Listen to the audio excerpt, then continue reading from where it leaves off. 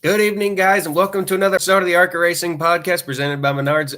Good to be back with you guys on another great Wednesday night. A huge weekend of ARCA Racing, 3 races, which produced a lot of great racing and a very, very memorable crash. We have a lot to go over today, some recent comments that were made about ARCA also to go over today, and we have a very, very special interview with the person who was involved in the big crash, Bryce Haugeberg.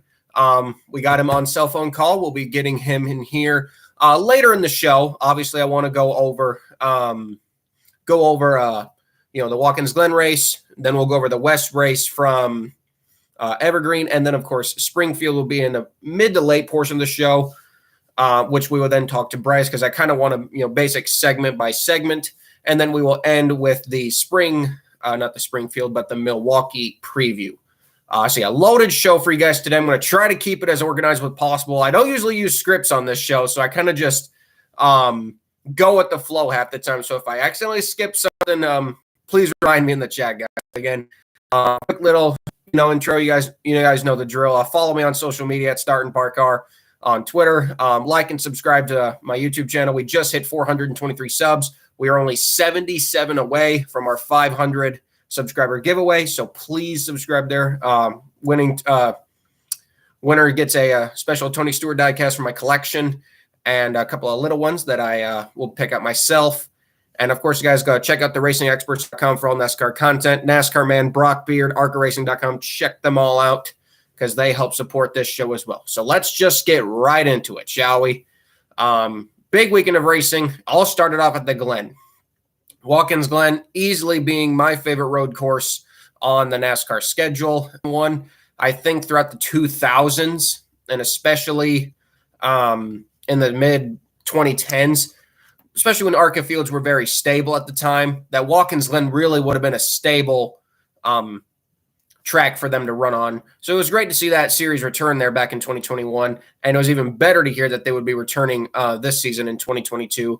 Unfortunately, the field was not as big as last year's. Last year's had about 30 cars. This year only had 25, but still, we had the front runners that we needed in order to put on a good show. 25 cars. Like I said, started the race, practice, qualifying. Don't know if we had rain in the beginning of the day, but it kind of wore off. All 25 people took a lap. Most notably, Brad Smith at the bottom. He did take a lap, but unfortunately, due to an on-track incident, didn't finish it. So even though he didn't register a lap, he did complete it. 24 people officially completed a lap. Sammy Smith, Connor Mosek, and Jesse Love were your top 3. Sammy Smith was my pick for the race because with all of his road course experience in Trans Am and the fact that he just ran some Xfinity road courses, he was my pick to win the race. Connor Mosek, another great road racer, was in second. Jesse Love, kind of surprising, did not expect that speed out of him in third. Taylor Gray, who won Mid-Ohio, was in fourth, and Brandon Jones was down in fifth. As for the Rev teammates, I thought, the top 3 in the championship contenders were going to struggle this past weekend at the Glen, and they kind of did. Nick Sanchez was only 6th. Daniel Dye was down in 9th, and Raja was in 8th. Definitely not the speed that they were probably looking for, but still we're going to be contenders for good finishes. The one notable that actually really shocked me in terms of speed was Tony Breidinger. Tony was actually 10th quickest in practice, and that genuinely shocked me that she was able to beat Connor Jones, Austin Wayne Self, Dale Quarterly, and Stanton Barrett. Unfortunately, Tony would not show that same speed in the race, but it does give me hope that the speed for her is there, and I hope that she can continue that speed up because she didn't really continue in the race, but seeing where she practiced there was quite impressive. Greg Van Alst, it's been a rough stretch lately for Greg Van Alst. I think it's mainly this, he's a late model driver. We've gone to racetracks that really don't fit his driving style. And although they have a good team and they have, enough funding put together for the whole season, a lot of the times, even when you're a good funded organization, going to tracks that you don't know that well, you're not going to perform well at. And unfortunately, that's what happened to him. Most notably, though, I will say, looking at practice charts, and it was one of the big talking factors that even I brought up throughout the weekend was the slower cars. Would they be starting parking? Would they would they be running the whole race? And looking at the bottom practice charts, we had Casey Carden. We'll start off with Ed Bull. Ed Bull was 11 seconds off. Casey Carden was 14 seconds off. Zachary Tinkle was 17 seconds. Tim Monroe was 25 seconds. And most notably, Rita Thomason was 35 seconds off. Now, this was just practice. I'm like, okay, maybe it's practice. We're just getting some reps in, some laps in. Hopefully we'll be able to go a little bit faster in the race. And I knew anyway that the 0, 1, and the 10 were going to be start and park in the race. So even if they were going to be that slow per lap, they were only running 2 laps. So really, there were going to be no harm to anyone on track. The difference, though, couldn't be same for the 0, 6. And we'll get into that a little bit later into the race review. But yeah, Sammy Smith was credited with the pole. Easily thought it was just going to be a wipeout win. I mean, I don't know anyone else who really would have thought else. Brandon Jones was able to get up to second from 5th in practice. Connor Mosek was still in 3rd. Taylor Gray and Jesse Love also staying in the top 5. So the top 5 stayed the same from practice. And it was pretty well figured that the top 5 was either going to probably be one of the winners of this race, and that the only contender outside the top 10 that had a legitimate shot at maybe winning this race was Nick Sanchez. 24 of the 25 did take a time. The 0-6 of Thomason was the only car to not take a qualifying lap. And again, like I said, you go back down, look at that down bottom. Carden, Monroe, again, over 10 seconds off. Brad Smith was, 28 seconds off. But again, Brad was a start and park. So, a lot of people, will criticize that, but I'll also, go back at them saying it's just a 2-lap start and park. I understand the guy is, off the pace, but at the end of the day, he's not going to hurt anything being out there for just 2 laps. They're not going to catch him, and he'll be safely off the track by the time, the leaders even get to him. So the ARCA race started. And I don't know what it is about these ARCA cars, but man, they just really fly off that turn 1 corner. Sammy Smith flew off of turn 1, got a huge jump on the 17 of Taylor Gray. And it was kind of the way that the whole race was going to pan out. You could really see how it was panning out in the first couple laps. Sammy Smith had the dominant car. Taylor Gray, though, had the car that was a good chaser. And we never really got to see if Taylor Gray could actually get the lead. He could never quite get there. He would get up beside him sometimes, but Sammy would have the drive off the corner. Taylor would be right on his bumper, but he could never successfully complete the pass. And it went on about that way for the first couple of laps. We went 11 laps without a caution. In that time, we had our start and parks. Like I said, they were pulling off. Tim Monroe, Brad Smith, Zachary Tinkle, they were all off the track in 2 laps. So, that just proves my point to a lot of the criticism that the series got this weekend. Yeah, these cars were slow. I understand that. But they were off in 2 laps. It was really no harm, no foul. What was done wrong? They were off the track. Also off the track early was Andy Jankowiak. He lost 3rd gear. And, 3rd gear is a very important gear at Watkins Glen. You can't run the track in 2nd. You're going to be too slow. And if you run the race in 4th, you're really going to be slow. So the best bet for them was just to park the car. Real shame for Andy Jankowiak because, he's part-time and he works really hard for these opportunities with his own organization. But during that 11-lap period,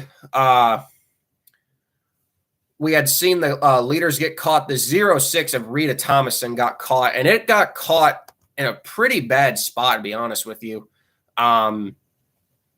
It looked like that she was having issues, but as we would see later in the race, she was just that slow, and it was shocking to see. Now, I gave her some credit with the first lap down. I'm like, okay, it's just trying to get your bearings. It's the first couple of laps in the race, trying to play it safe. And then, unfortunately, 11 laps into the race, at this point, Sammy Smith was still actually had started to pull away from Taylor Gray at this point. But at this point, the 0-6 had spun again, this time in the bus stop. She wasn't on the inside of the bus stop. She was on the outside. They had shown her on camera, and, she was trying to get the car refired, and trying to start a dead car when it stopped, not very easy. She was able to get the car stopped or restarted got it going for like a split second, then it cut out again. And literally, and I do point this to inexperience. She kept the wheel straight. She really should have tried to turn the wheel to get back out on the track. And the car stopped literally in just the worst spot you could stop in the bus stop. And here comes Dale Quarterly at full song and just, I really say, if this had been anyone but Dale Quarterly, because Dale's been in the sport for a long, long time, he's very professional on track. If that had been anybody but Dale Quarterly, I really feel like that would have been one of the worst crashes we had ever seen at the Glen. I'm honestly saying that because me, a lot of other people were holding our breaths. That was a very, I don't know what, inches, millimeters, very scary. Thankfully, the caution came out. And then, of course, literally like a cliche, once the caution comes out, she gets the car fired up. So that classic case. Now, obviously, Rita didn't do it on purpose. It was an accident. But, man, I'm like, that's kind of like strike one. With all due respect, everyone deserves a shot to start the race. But in my opinion, even my criticisms go, that's strike one. All right, you almost caused a huge collision. Now, what could she have done different? I don't know. I wasn't driving the car, so I guess I can't really say. But I still feel like maybe there was something that she could have done different in the heat of the moment. Just thankfully, nobody was hurt, and the race continued on. So 11 laps into the race, free pass was number 7 of Ed Bull. Him and Carden had also gone a lap down in that period, while the other cars were staying on the lead lap. At this point, we still had 21 cars left on the track. Caution was out. Quickie caution, only 3 laps. Got back to green, 7 laps until the break. And it was in the second portion right here that I really started to get frustrated because Sammy Smith took the lead again. Sammy Smith was pulling away by a long shot. And it was in this second portion. I believe it was, what was it, the 81? It was the 81 of Brandon Jones and the 23? I don't remember exactly if it was those 2 cars, but they were coming up in the bus in the S's. And it's just like the 06 was just stopped. I mean, I don't want to put any criticism on anyone. I'm not a guy who likes to criticize a lot of things, but this car was literally just stopped. And if it wasn't for an amazing evasive maneuvers, we would have had another horrible collision. And I'm like, dude, that's like strike 2. And you guys even saw it on Twitter. The people who are following me live tweeting the race on Twitter, I'm not one to criticize back markers that much, but even I know when it's time to get a car off the track. And I even said it. Like, seriously, it's time to get the 06 off the track. It's come down to the point where she can't hold a safe speed. And I even said the 7 and the 03, those cars were going about 10 seconds a lap off the pace? Yeah, that's slow. But even when they were catching them on TV, you saw them getting out of the way in a safe manner. Both times the 06 had been caught and nearly ended in a catastrophic crash. At this point, get the car off the track, call it a day, and I'm like, well, she's got to learn. There's a time to learn and a time to be safe. So, you could really go both ways on it, but she was really pushing a lot of people's buttons there on track, and I'm actually shocked that ARCA really did not park her. And I even said it myself, on social media as well. I have nothing but respect for her. She's one of the nicest and sweetest people you will ever meet. Absolutely a sweetheart is Rita Thomason. But at the end of the day, she was a hazard on track on Friday. And you have to admit that. I don't want to hear anyone say otherwise. She was a hazard on the track. So that was definitely frustrating for sure. So we came back from the break, and for some strange reason, Connor Jones, we had our first lead change of the race, not because Connor Jones had passed him on track, but because Connor Jones stayed out. I don't know if he had pitted earlier in the race for tires, but he stayed out. The 55 Venerini entry not being the best Venerini entry, so immediately on the restart, the 55 was gobbled up, and he was literally down to 15th within the first lap. So I don't understand what the strategy was there. Maybe they were already out of tires. But either way, it pretty much killed the 55's race for the rest of the time, as he had to struggle on old tires. We'd only go another 3 laps until there was debris in the turn 5. It actually looked like I don't know. It's kind of hard to explain. I knew exactly what it was because I could see, because I had worked with those parts before, but I just don't know the name. It's hard to explain, but it's something that goes in the front of the car. It's under the hood, and it goes in between, like, I don't know if it's like the axle and the wheel. I don't know how to really describe it. I wish I could show you guys a picture. But it's like, I don't know, it's like these spacers. I don't remember the name of them. But they were these really big metal spacers on track. I'm going to call them spacers. If I'm wrong, I'm wrong. But I'm going to call them spacers. And they were laying out on the middle of the track. And that's a very hard piece of metal. And if a tire had gotten on that, that would have been a bad crash too. So that was actually a really warranted debris caution. And I'm glad we were able to get that out. Supposedly they had came out from the 7 car of Ed Bull. So that sucked. In this time, we had a couple more dropouts.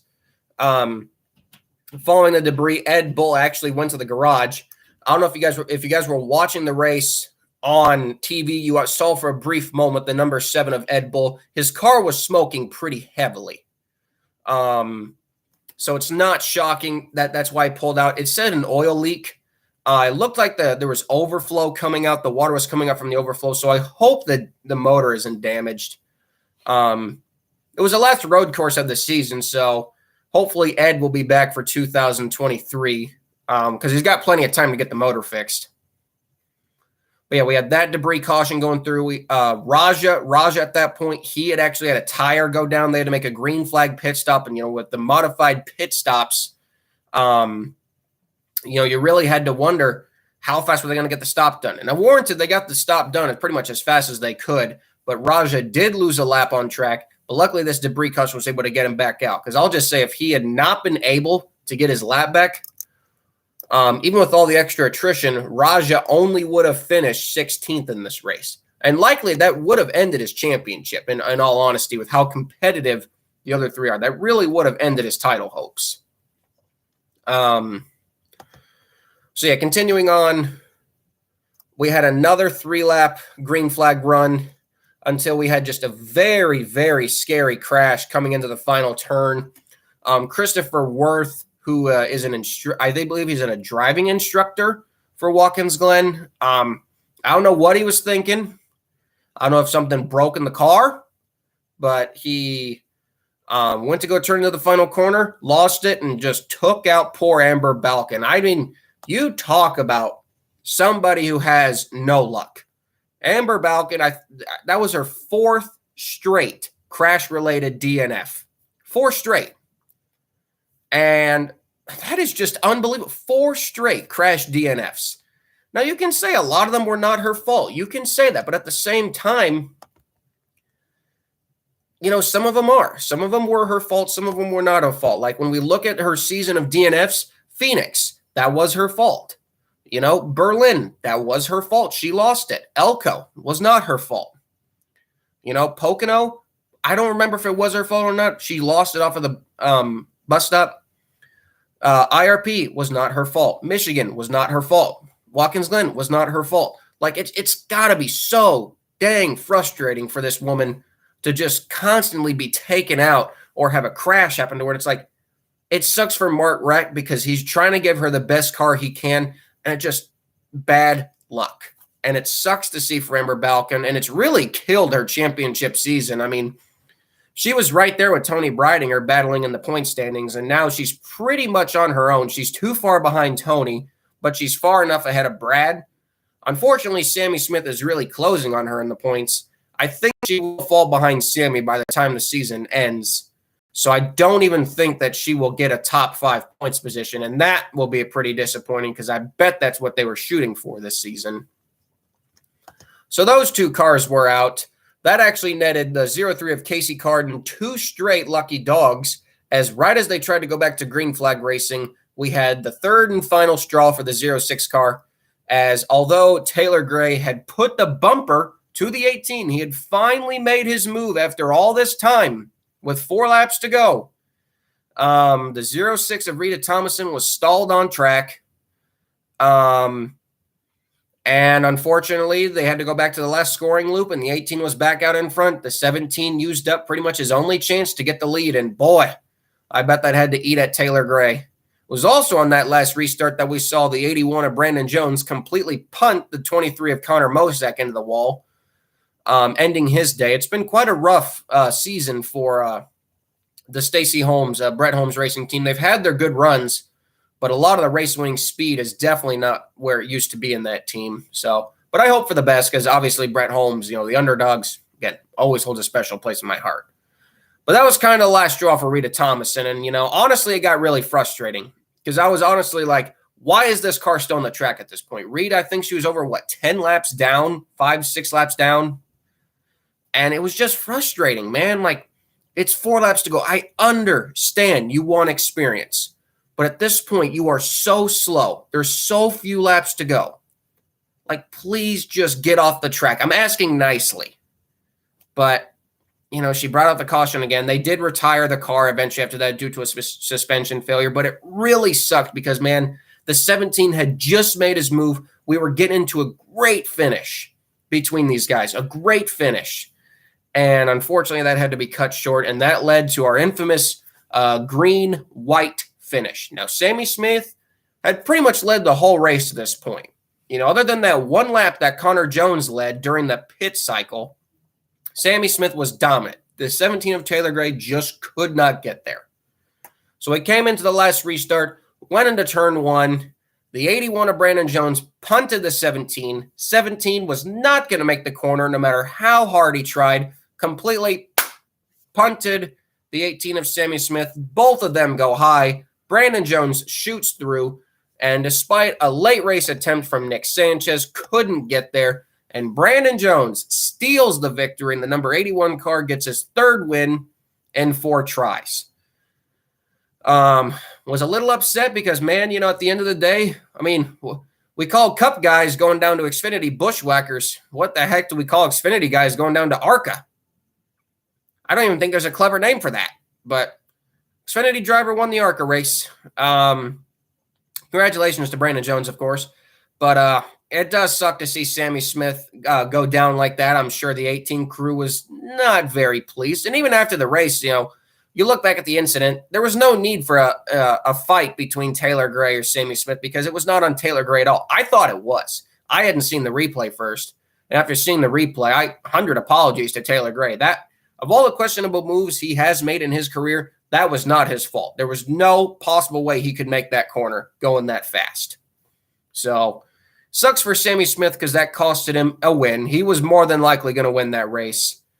They didn't even get credit for, I don't even think, did they finish in the top 5? Sammy Smith recovered to 5th. Taylor Gray all the way back to 8th. So Brandon Jones won. Nick Sanchez was 2nd. Jesse Love was 3rd. Daniel Dye was 4th. Sammy Smith was 5th. Parker Chase was 6th. Austin Lane Self was 7th. Taylor Gray was 8th. Dale Quarterly got another top 10, finishing 9th. And Connor Jones was 10th. Notably, Raja Caruth hit the wall on the very last lap of the race, costing himself 2 positions. He would finish only 11th. A very disappointing day for Raj at Watkins Glen, which severely hurt his championship. By this point, I believe Daniel had moved into 2nd, was minus 9 points, and Raja was minus 11. Only 16 cars would finish this race out of the 25 starters, and hopefully we would do a little bit better than that at the dirt track. Unfortunately, as we'll get into a little bit, we wouldn't. But that was Watkins Glen, and now we transfer into the West race at Evergreen. The West race at Evergreen had just 15 cars entered. I would easily call it disappointing because, ARCA West Series had put on some amazing battles last season. I called the West Series the best ARCA Series of 2021. And, I said it in a lot of West Series reviews that the real world issues that we're seeing right now have vastly affected the series. It's very costly over there right now on the West Coast. And unfortunately, I feel like that's really killed a lot of the fields. And unfortunately, the Pedroncelli team, PJ and Paul, will not be back for the rest of the season. They will be back in 2023, but they will be out the rest of the season, which unfortunately takes 2 cars off the entry list, a full race and a starting park. So that left us down with just 15 cars. with only 14 having a driver. The 21, RJ Smotherman, was added late. I thought that they had actually withdrawn from the event, but in the last couple minutes of practice, the 21 was able to actually get a practice lap and be registered for tonight's race. Surprisingly, Jake Drew did not win the pole. It was, but Sunrise Ford Racing would continue their dominance. Tanner Reff, who won earlier this year at Irwindale, won the pole. In second place was Landon Lewis. Landon Lewis, driving the number 16 for Bill McNally Racing, of course. Third place was Jake Drew. Fourth place was Cole Moore, and fifth place was Todd Souza. So obviously, like I said, with the 1,000th West race, both the major teams wanted to win this. I mean, watching Flow Racing, Ron Hornaday was there. Bill McNally was there. A lot of heavy hitters were there. I'm sure Bob Brancotti was there somewhere. I didn't see him on camera, but I'm for sure he probably was there for the 1,000th race. We have 14 of our 15 entries were committed to running the full race. Getting into the race early, Landon Lewis, although Tanner Reff was on the pole, Landon Lewis got the early jump. He would lead the first 30 laps. We had incidents very early in the race. Just 2 laps in, the 88 of Bridget Burgess hit the wall. She had flat spotted a tire, so she had to come in and get that replaced. Just 17 laps later, the 11 of Chris Loudon spun on the front stretch. They had to flat spot a tire. They would actually get the car towed back to the garage, and Chris would later get back in the race. But unfortunately, with being so many laps down, his race was pretty much over already. By this point, we had no cars a lap down. Landon Lewis had checked out, but they were starting to catch him. The Sunrise Ford teams were starting to catch him. But on lap 35, his 99 teammate of Cole Moore actually was able to get past Landon Lewis, and he would take the lead. So it looked like for the first time this season that the Bill McNally cars actually showed somewhat of decent pace. And it was good to see because they really hadn't been showing any pace at all. Very behind the Sunrise Ford teammates. But yeah, so after Cole Moore, he took the lead. He would take the lead for 35 laps. Race was pretty calm at this point. Like I said, with only 14 cars, they got pretty strung out. The race was still very close battling, but you could tell that by this point, they were just trying to get to the halfway break at lap 75. There was a debris caution on lap 63. We finally had a free pass, number 88 of Bridget Burgess. By this point, we still had 14 left on the track. 39, 11, 88, and 7, and 05 were laps down. Got back on the track 7 laps later. Unfortunately, we had our first incident of the race, the 4 of Sean Higuerani, and his debut was not clear of Landon Lewis on the backstretch. It did look like that Landon Lewis could have left him some more room, but, in this series, a lot of these young kids, they don't leave any room. So, unfortunately, the 4 was into the wall hard. It's been a tough season for the Eric Nascimento team. But yeah, the 4 car done and a lot of damage to that car. Kind of killed the 16's day too, as the damage to the hood pretty much killed the downforce of the car and really kind of killed whatever good run the 16 was having. Despite that caution occurring on lap 75, which was scheduled to be the halfway break, they didn't run it for some reason. We ran another 7 laps, which felt kind of useless. Until the halfway break was officially called on lap 87. By that point, Cole Moore, Jake Drew had gotten the lead for 1 lap, but Cole Moore had gotten back around him and was still credited as the leader. We went back to green on lap 91. Jake Drew had retaken the lead from Cole Moore, and at this point, both of the Bill McNally cars were starting to fall back, and it looked like it really would become a battle between the Sunrise Ford entries. On lap 121, we had our lap 94, we had the spin for Andrew Tuttle in the 39. 25 laps later, we had another caution, the 05 of David Smith. Not the David Smith, the road ringer. This was a David Smith from across the seas, apparently. I did not know he was, out of the country racer, so it's always good to see some new drivers come to the sport. I don't know if they said he was from Canada or not. But yeah, the car was heavily damaged there. So we had a 25-lap dash to the finish. Tanner Reff would actually get past Jake Drew, surprisingly, and would hold him off despite a late race charge with Jake Drew. I mean, literally 2 more laps. Jake Drew would have had his 4th straight win, but it wasn't meant to be. Sunrise Ford does get their fourth straight win with Tanner Ref picking up win number 2. Gains 5 points in the championship to Jake Drew. However, the gap is still 40 points with just a couple races to go. Pretty farewell race. Not much happened, and I really just to point that to the low car count, which again sucks. Tanner F was first. Jake Drew was second. Joey East got a solid top 3 finish. Cole Moore was 4th. Todd Souza was 5th. Like I said, Landon Lewis with all the damage, 6th. Kyle Keller was 7th. Trevor Huddleston, who I would have expected to be a lot more competitive, really wasn't. He was only 8th. Takuma Koga was 9th, and Bridget Burgess rounded out the top 10. Like I said, Jake Drew is still your points leader with a couple races to go, I believe 3 or 4. 40-point lead, and at this point, if Jake Drew just keeps running where he's running, he will be your champion, and by the time we even get into Phoenix, unless something catastrophically happens at Phoenix, Jake Drew will more than likely be your 2022 West Series champion. So those are the first 2 races, and here we are, guys, the big kahuna of the weekend, the Allen Crown Memorial Atlas 100 at Springfield Dirt.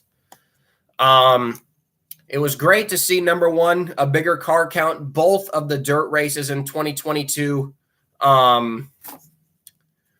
Drew disappointing car counts of only 16 cars each, and it was great to see that this race would have 21.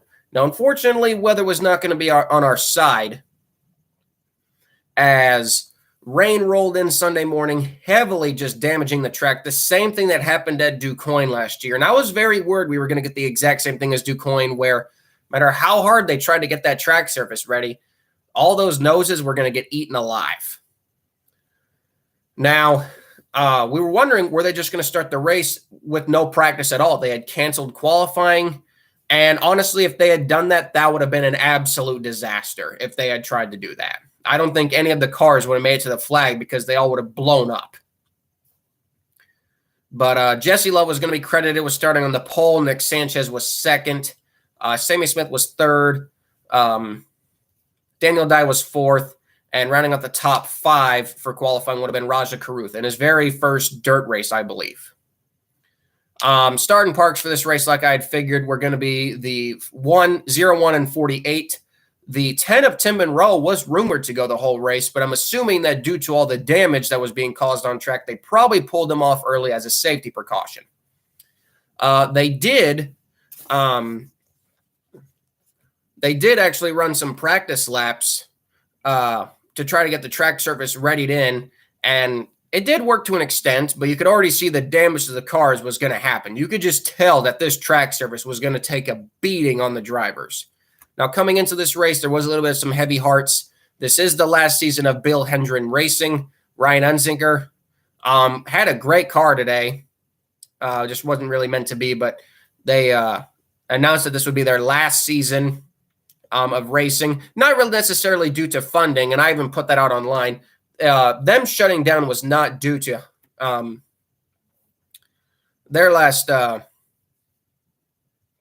their shutdown really wasn't due to funding, in my opinion. From what I kind of read, it was more of just Bill wanting to move on. They always had plenty of funding to race these 2 races, and I always felt like, at some point you just hit that age where you're going to stop. And that happens a lot in racing. It does happen a lot in racing where you hit that age and you're just like, I have money to do this, but it's just time to move on. So it sucks to see that they're gone. I believe the estate sale will happen on the 15th of October. So I hope somebody good gets a hold of that equipment, and hopefully Ryan can continue to race because he's very talented. He really is the star of the show of these 2 ARCA dirt races every single year, and I hope we see him back in 2023. But as far as we know now, that is not the case. And obviously, if there's any updates, definitely be first to post them on social media. But yeah, we get into pretty much the race. Flow Racing, if you guys actually watched the Flow Racing account, they actually had the practice laps going around. So that was kind of cool. Pretty much the first, I guess you could say that was like the first televised sort of ARCA practice probably in a long, long time. So that was cool to see. Kind of interesting driver combinations for this weekend. We had Buck Stevens racing for Jeff McClure. We had Ken Schrader back in the number 11 for Andy Hillenberg. Bryce moved over to the 12. Buddy Koifoid from the dirt scene, who had just competed in the Knoxville Nationals, was in the 15. Kelly Kovsky with Allgaier Motorsports was back in the number 16. And we had Will Kimmel back in the 69. So a lot of good hitters for this race. Race started, like I said, Brad Smith, Dallas Frew, getting off the track early. These cars obviously need to be preserved, so it made sense that those guys would start and park quickly. Tim Monroe, again, even though I was told he was supposed to go the whole distance, he started and parked early. Early caution for debris on the track. I think, what was it, a splitter? Maybe it was on the track. Even just 6-7 laps in, there was so much damage to these cars. The 15 was already caked up in mud. The 20 car, I mean, ironically enough, the leader, he had plenty of space between all the cars. But the 15 of Buddy Koifoid, his car was caked up in mud. The 18, he was already missing part of the front nose. I mean, you could tell very quickly into this race that a lot of these cars, if not the entire field, was going to have massive damage to the nose. So if you were 5-star bodies, you're looking at this going, yeah. But yeah, moving on. So yeah, the 10 was credited with the free pass at the first caution break. We went another 4 laps before, surprisingly, the 24 of Unzinger actually would spin in turn 4. It was actually very surprising to see a guy like him who, had plenty of dirt experience and plenty of laps around this track spin out. Luckily, he didn't hit the wall. Just probably had a little bit of trouble finding reverse quick enough, so they had to throw the caution to be safe. In this time, we had already seen a crap load of overheating issues. Tony Breidinger, Buck Stevens, Will Kimmel, already all struggling with overheating issues, including Amber Balkan, all of them struggling with overheating issues. And you just had to think that it was going to be like last year at DuQuoin, where so many cars would drop out due to heat issues. So going back green again on lap 23, and that was just the case. Even though Tony had came out a couple laps down, she would retire from the race just 5 laps later on lap 25.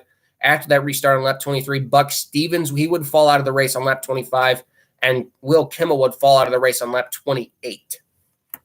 So in just that 14-lap span, we lost a lot of cars. We were already down to 15 cars just about 30 laps into the race, which sucked because we had a very promising field at the start of the race. But hey, dirt racing, stock cars, it's hard to keep those engines cool, man. And unfortunately, rather than blow them up, a lot of teams just chose to, preserve the motor and hopefully, try again at the next dirt race. So we had, at this point, though, it was also being rumored online. I don't think Charles Crawl on Twitter had announced it, but not the announcers, but I believe it was Charles Crawl on Twitter who initially announced that the race would be cut short due to a concert that had to be performed specifically at 4:00. And the rain obviously pushed the race back. They tried to start it as quick as possible, but they were, with all the cautions, they were not going to get the 100 laps in time. So basically, they didn't have a lap set. They were just going to stop the race pretty much at whatever lap they were on at 4:00. That's pretty much how it went. Whatever lap they were on at 4:00, that was the checkered flag. So they had a race break on lap 30. It was supposed to be 35. Caution came out on lap 37. Free pass there was Casey Carden. We still had our 15 cars left on the track. Not much had changed up front. Jesse Love was just keeping a safe difference over Buddy Koifoid and Ryan Unzinger. Sammy Smith, his car was just damaged to smithereens, but he's still managing 4th. Ken Schrader, he was missing the entire nose off of his car. He was struggling in 9th because with missing all that downforce, pretty much killed whatever good run that Schrader was going to have. And the 3 championship contenders were just racing the crap out of each other, trading the spot lap after lap between the 43, the 6, and the 2. The 43 Adai, who actually had damage from practice. Props to the 43 team for repairing that car as quick as they did. But yeah, coming back to the race on lap 42, if you actually watched the back of the field as they took the green flag after the race break, you could actually see the 16 of Kelly Kovsky actually blow up. So that sucked to see Allgaier Motorsports. He did mention in the interview, though, that they will be back at DuQuoin. So that's great to see. Hopefully we'll see Kelly for more time to come. And that was pretty much it. There with only at this point 14 cars on the track. Amber Balkan was in and out of the pits. Greg Van Alst even went out of the race on lap 53 with rear end troubles. So we were down to so few cars on this track, especially at a 1 mile track, that it was just kind of hard for something like you really wouldn't expect, a crash to come out, because everybody had gotten so spread out. Really not much was going to happen. And, I kind of figured we were going to hit that point. We hit that point in both dirt races last year. And I was just hoping that it really wouldn't come down to a boring finish. And it didn't look like it. Even when, the announcers finally announced when the race was going to end, Buddy Koifoid, he was right there on Jesse Love. Now, the 24 Bunzinger, he fell back. He just didn't have enough. But Buddy, he did have enough. I think the one thing that probably really costed Buddy the win was just the lack of time in a stock car. At the end of the day, Jesse Love has just more time in a stock car. I think Buddy, he needed more practice laps. I think he would have honestly been the car to beat today. He was my pick. Buddy Koifoid was my pick to win. So I do feel like that it was definitely Buddy had the better Buddy was the better driver of the two, but Jesse Love's time in a stock car experience prevailed. That's how I judge it, at least. So they announced that the race was going to be done at 4. They threw a couple laps to go. And then we had the incident, kind of the things that you guys are all here for. We're going to get to Bryce in just a quick second. I'm actually sending him a text right now saying, get ready to call. Just bear with me, guys, for 1 second.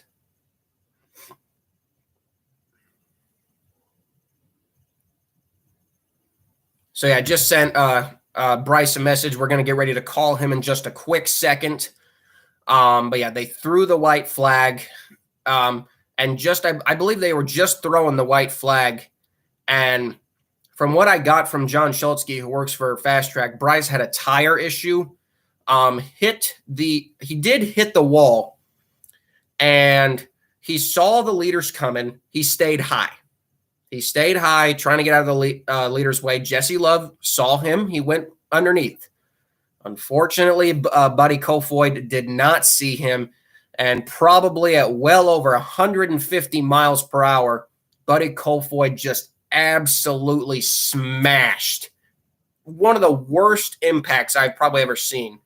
Absolutely smashed into the rear of the number 12 of Bryce Haugeberg. The number 12 went spinning. It flipped over onto its side. Just horrible damage to both cars. And I'm just forever thankful that this was the end of a fuel run, because had that fuel tank on the 12 car been full, we would have seen one of the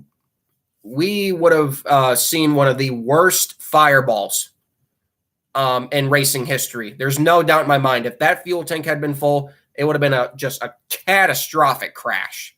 So I'm very thankful that was end of a fuel run, and the 12 car was very low on fuel. Just a very I can't put it into words. Watching it live, I audibly gasped, "Holy, you know what?" I can't say it on here, obviously, but I audibly gasped. My dad was like, "What happened?" We were just about to watch the start of the Cup race. It was just unbelievable, the impact that happens, and it took some time. There was a lot of criticism that on the track officials, and I'm like, these are local track officials. They don't move as fast as the AMR safety team. So sorry, guys. But they got Bryce out of the car safely as possible. Bryce climbed out, obviously shaken up. You could see it just in his body language. But luckily, he was okay. Buddy got out of the car. He was okay. And he basically just, he admitted he couldn't see him. With all the dust that was in the air, it was very dusty. After they had gotten the track ready, it was very, very dusty. Buddy simply just could not see him. And they said they did throw the yellow, but it's a lot of the people that crapped on that crash. There's no way you could have prevented that crash. A yellow would not have stopped that crash because you couldn't have thrown it in time.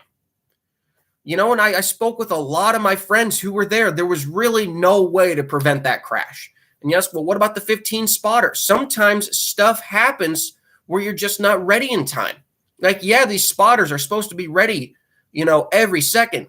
But sometimes there's just not enough time in the moment to get him out of the way. So all the people that just crapped all over the series for this crash, it really pissed me off because there's nothing you could have done in that crash. That crash sadly was going to happen. There's nothing Buddy could have done. There's nothing that the 12 could have done because he was trying to stay high. He was doing everything he could to get out of the leader's way. Just an unfortunate racing incident. I'm going to try to bring up Bryce Haugeberg here. I've told him getting ready to call, but we're going to go ahead and call the number that he provided me. And hopefully this goes good because this is live airing. So bear with me for 1 second, guys. We're going to try to get Bryce Haugeberg up here live.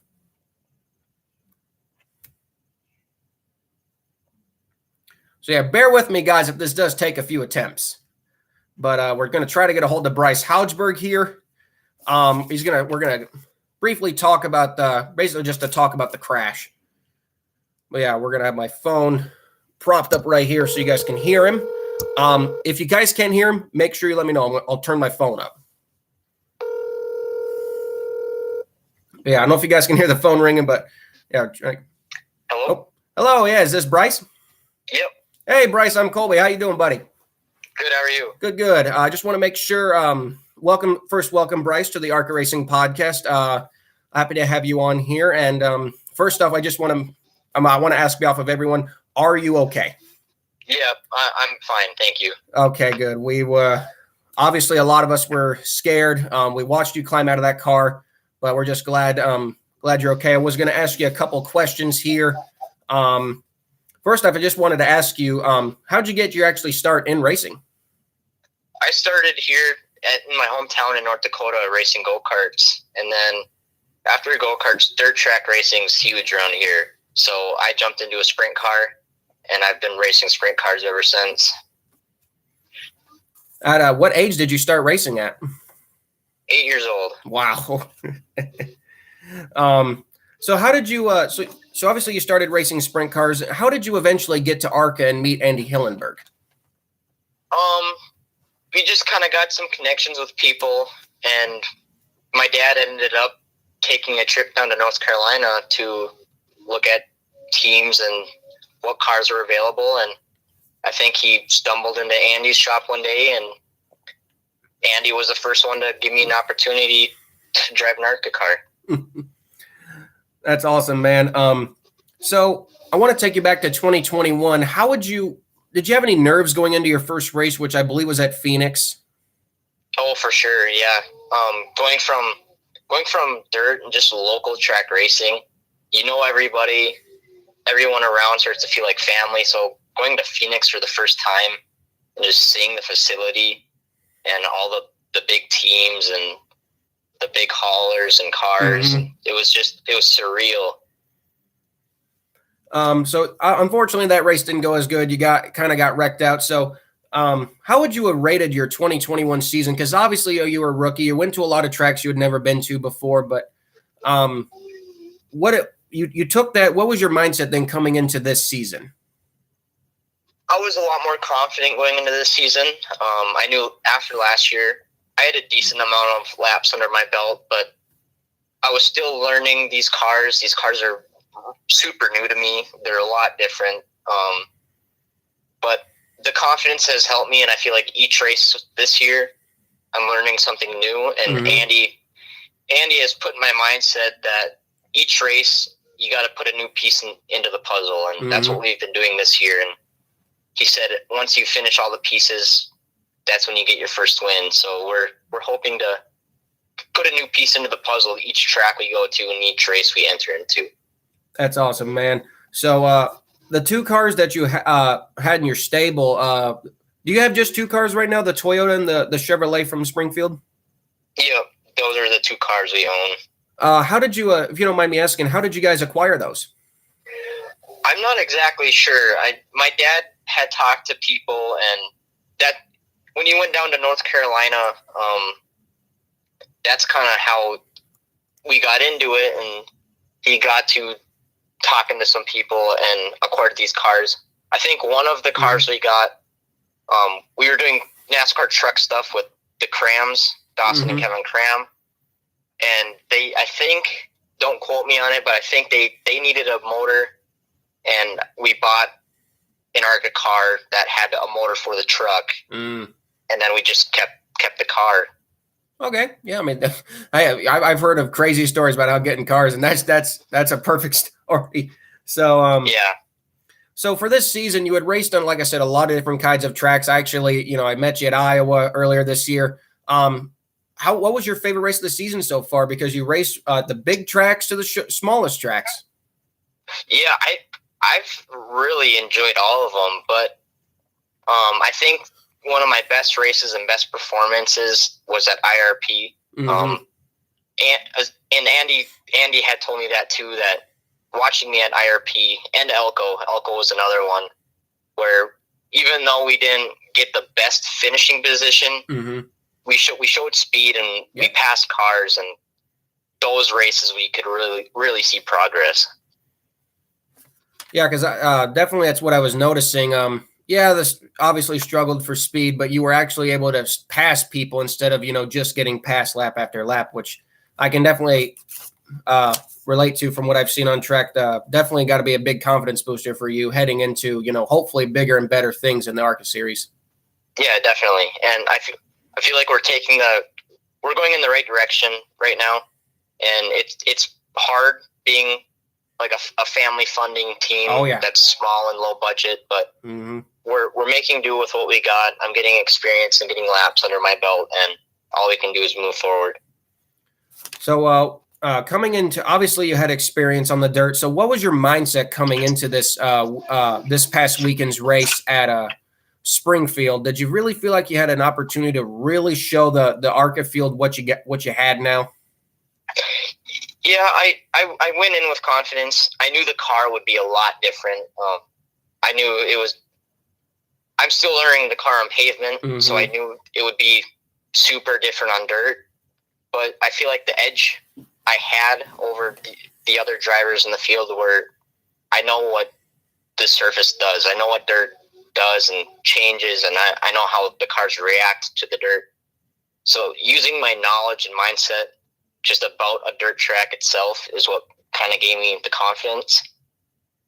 And I knew it would be a learning day just for the ARCA car being on the dirt, but definitely gave me a confidence booster. Were there any extra nerves added with all the rain and the possibility of starting the race with little practice?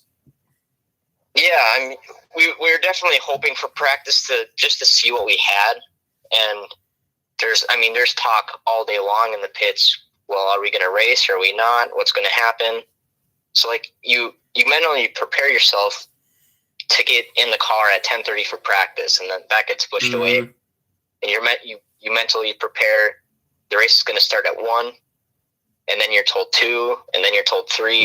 So it was playing with your mind, I'm sure, just like everyone else. But I mean, we all got through it. Yeah.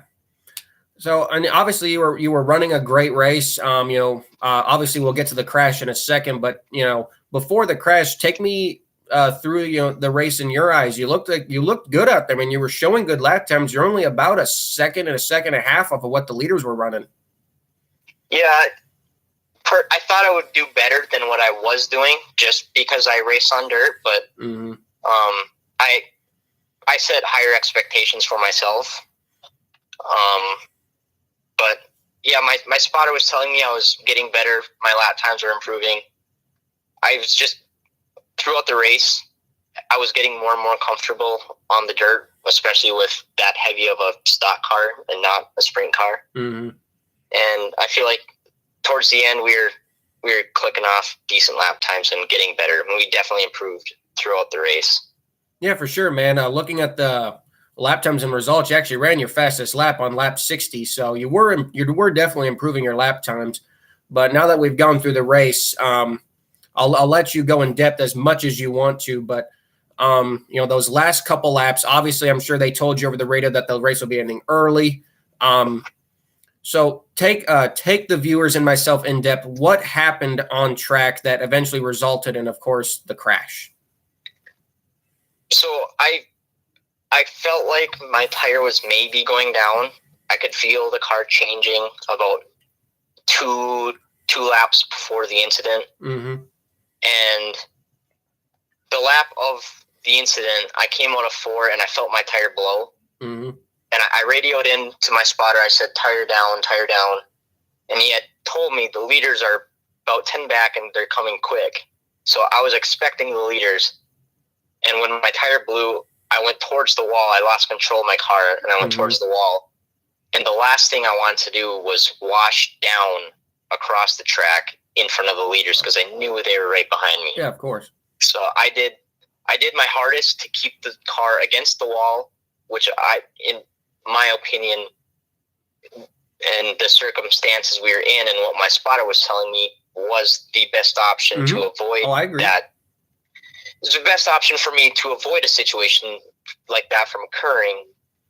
And I feel like I did what I could, and it was out of my hands at that point. Mm-hmm. I don't blame Buddy at all for it. No. I feel horrible for me and him. I know he was running a great race in especially his ARCA debut. Mm-hmm.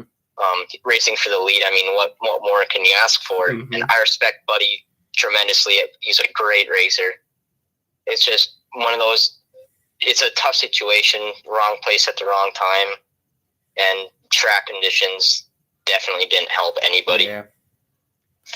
So yeah, obviously there's just nothing you could have done, nothing Buddy could have done. It was a racing deal. But when the incident happened, it was just like, it's like weird to ask, like, how did that feel? Like, man, were you shaken up? Did you have all your bearings, or was the wind definitely like knocked out of you? Yeah. When I came to a slowing stop, I was not expecting it at all because I had radioed to my spotter. I was sitting there just waiting for a yellow to come out. Mm-hmm. And in the blink of an eye, I just got smoked. Mm-hmm. And in an instant, I felt my butt lift off the seat. And it all happened so fast, it was just a blur.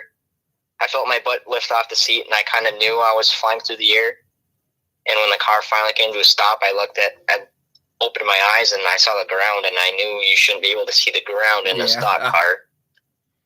But it happened very quick, and it was a really hard hit. But I'm grateful for my safety gear. Amen, dude.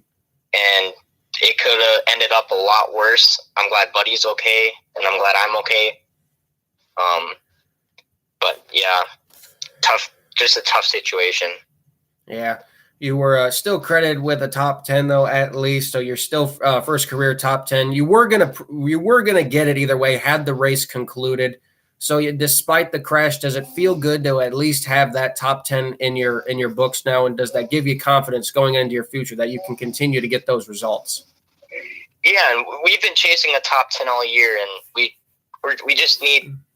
don't quite have the equipment to get there yet. So it felt good to get a top 10. Just not under those circumstances. Yeah. But I definitely do have confidence in more top 10s this season and hopefully better results next year. Yeah, so I was talking with some of my friends who also work for Fast Track Racing. Did they determine, is the car an entire loss, or could it somehow be rebuilt? I've heard both ways. I personally haven't heard a final thought.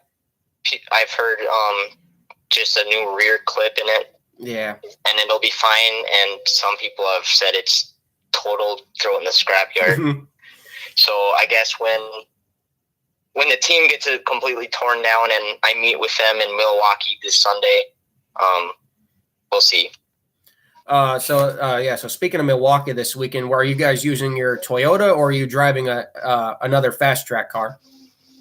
No, our Toyota is a super speedway car, so we will be driving one of Andy Hillenberg's fast track cars. All right. And so obviously you got Milwaukee this weekend. Any more races for you other than Milwaukee this season? After the Springfield incident and losing our car, I don't know what will happen in the future. I don't know if I'll keep racing the same car that I raced in Milwaukee, but we will figure that out and find out details down the road. Man, yeah. That's the tough part of racing, man. I understand it. But so you guys you still got your super speedway car. So can we still expect you guys to hopefully be at Daytona next year? Oh, definitely. Okay. Well, that's what I'm glad about, buddy, because trust me, man, that broke my heart because Andy's been one of my good friends for a long time. So trust me, man, that hurt to see. But I'm glad you're okay. I hope the guys can get that car rebuilt. Sure, John, he said that he might be able to get it salvaged, but obviously I wish you guys the best of luck this weekend and your future, man. Thank you so much for coming on the show and explaining the crash and your perspective to the fans. And obviously maybe in the off season, I hope we can do this again. Thank you. I appreciate it a lot, and thanks for having me on here. All right. You have a good night, Bryce. Thank you very much. Yep. Bye. Bye-bye. So that was Bryce Haugeberg, guys. A very, very scary crash, and you could even hear it in his voice, man. Bryce, you hate to hear that in his voice that he doesn't know his future really, and that really sucks, man, because he's a good kid. I met him at Iowa. He's a really nice kid. It sucks to see, and obviously it was his first top 10, and you don't want to get it on those circumstances. But I can't thank Bryce Haugeberg for coming on the show enough. We're still not done yet, though, guys. I want to hang on with you guys a little bit longer. Thank you again to Bryce for coming on. But we have this weekend's race, as Bryce said, in Milwaukee. This is an East combo race. Coming into this weekend, we have the East Championship, which is pretty well decided at this point. It's going to take a lot for Sammy Smith to lose the East Championship. He holds a 27-point lead over Taylor Gray, a 31-point lead over Leland Honeyman. Pretty much the only three guys who are also in contention for the championship. Stephanie Moyer is currently 4th in points in the East Championship, and Brad Smith is 5th in points. Ironically enough, Brad will actually get credited for running both full-time divisions this season, so that's quite funny. But yeah, so they are entered this weekend. The entry list, a very great entry list, 28 cars. We have 6 women in the field, a very big deal for this weekend's race, having 6 women. Let's see if I can remember off the top of my head, 01 of Stephanie Moyer, the 24 of Amber Slagle, the 25 of Tony Breidinger, the 30 of Amber Balkin, the 31 of Rita Thomason, and the 74 of Mandy Chick. Great to see the women in motorsports really making a big stride in ARCA, and I hope a lot of them really have good runs this weekend. I really hope Stephanie doesn't start in park, although I fear that she might, because the 01 has been the main start in park entry for Hillenberg this season. But I definitely hope that she'll run the whole race. She did run the whole thing last year. So, again, I hope she'll be running the whole thing this year as well. It'll be Brad Smith's 400th career ARCA start. And obviously, he's starting park the last 2 races at Springfield and Watkins Glen. He ain't parking this one, guys. I was told by Brad, unless something legitimately happens to the car or they blow a tire that causes damage, Brad Smith will be running the whole race this weekend. So that's great to see, too. It is this Sunday. There's no cup race on. So if you guys – now, obviously, unfortunately, it's on Flow Racing. But if you guys aren't doing anything on Sunday and you guys have some time to spare, I would definitely check this race out. Notable entries also in the field. Landon Pembleton is in the 15. Zachary Tinkle is out of the 12. He is unfortunately done with Peterson Motorsports for the rest of the season. Bryce Haugeberg, of course, will be in the 11. Tim Monroe will be in the 10. Eric Caudell returns after his scary crash at Talladega. Great to see him back. Jake Finch, Phoenix Racing return. Nate Moeller will be driving the 0. The 0 Peterson entry is back for the first time since Talladega. And Tim Richmond is back. The 06 team, Chevrolet. This is actually a Richmond Racing car. And the Toyota will be the same car that Tinkle drove back at Springfield. Mike Goody will be in the 44 for Jeff McClure. Alex Clubb, of course, will be driving his own car. Al Neese Motorsports is back. Obviously, with no truck racing, why not go ARCA Racing? They do have a couple of cars in their shop. Matthew Gould will be driving the 40. Rita Thomason will be in the 31 again, of course. That'll actually be under Tim Goulet Enterprises. No partnership with Peterson. This will strictly be the number 31. And the official, I would call it the real debut of Tim Goulet because that was a partnership with Peterson back at the other track.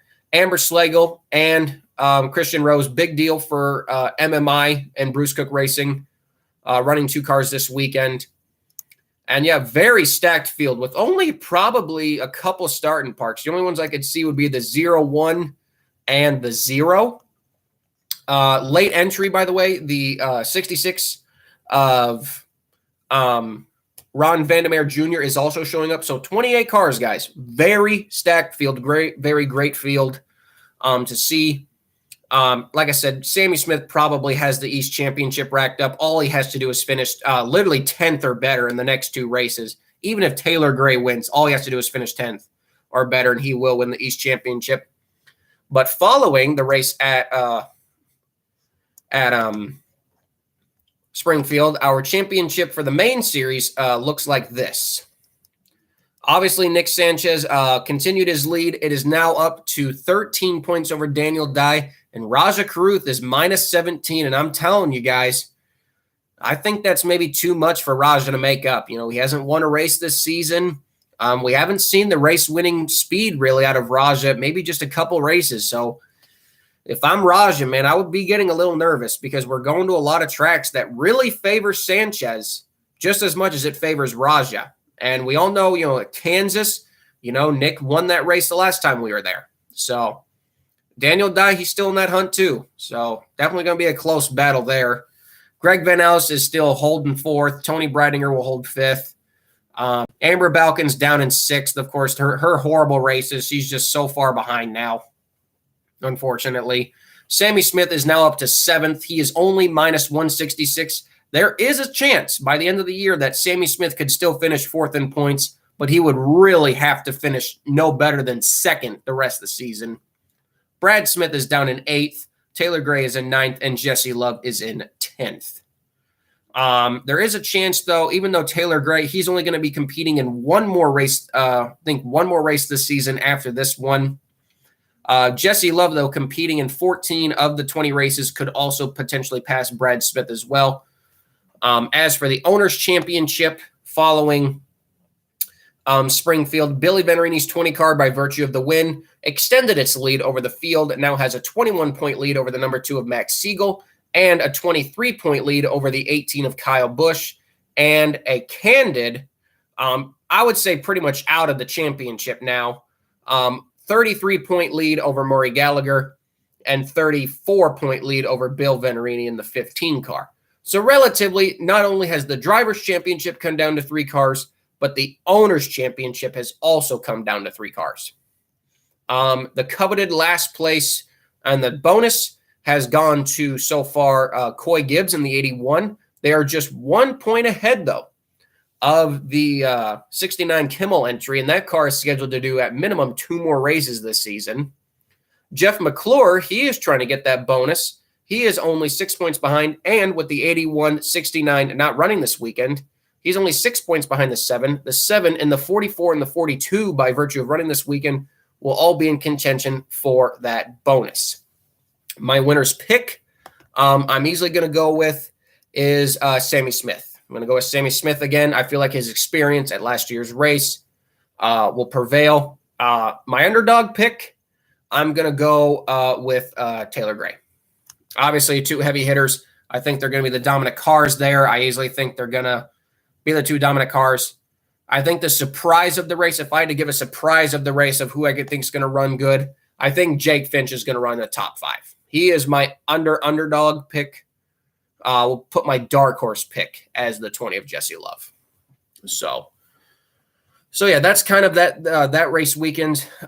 Winner's purse is $19,000. Second place is $9,000, and third place is $5,600. Last place pays $1,450. So not $14.50, for $1,450. But yeah. This Sunday, 2 p.m. on Flow Racing. Obviously, don't have Flow Racing. Follow me on social media, and we'll do live race updates. But that's been this very long ARCA Racing podcast, and I really thank you guys a lot for joining me again. 423 subs. We are 77 away from our 500 subscriber giveaway. Personal diecasts from my collection, which will be given to you guys for supporting my show. Again, I cannot thank you guys enough. So keep up the good work there. We'll announce right now, I will be in Kansas in a couple weeks. So look forward to that. And yeah, I hope you guys enjoyed the interview with Bryce, and I hope you guys continue to enjoy the ARCA Racing podcast and enjoy the rest of your Wednesday night. I've been Colby Evans. Enjoy ARCA, enjoy Sprecher. I got to get the sponsor plug in there, Sprecher beer, Sprecher root beer. Good stuff. Go get that stuff. So have a good night, guys. We'll catch you all real soon. Colby Evans signing off. So long, guys.